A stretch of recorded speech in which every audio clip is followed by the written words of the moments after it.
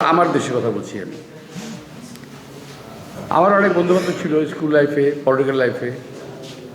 এর মধ্যে একজন তো আসার কথা এখানে, অ্যালবার্ট ডি কস্টা আসে নাই না? আচ্ছা আচ্ছা, ও আমার সঙ্গে আমরা একসঙ্গে রাজনীতি করতাম, করি, এখনও করি, করতাম ঠিক না, করি।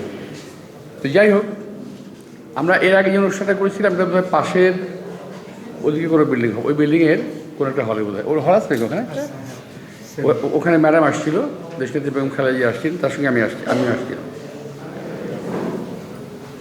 এটা একেবারেই আমার এই ক্যাথিড্রালটা আমার একেবারে এলাকার মধ্যে, আমার হার্টে, মানে আমার এই আসনের হার্ট যে জায়গাটা, এই জায়গাটা হলো অবস্থিত আমাদের এই ক্যাথিড্রালটা। হয়তো সুযোগ হয়নি আমার আসার, কিংবা আমাকে আগে কখনো আমার সুযোগ পাইনি।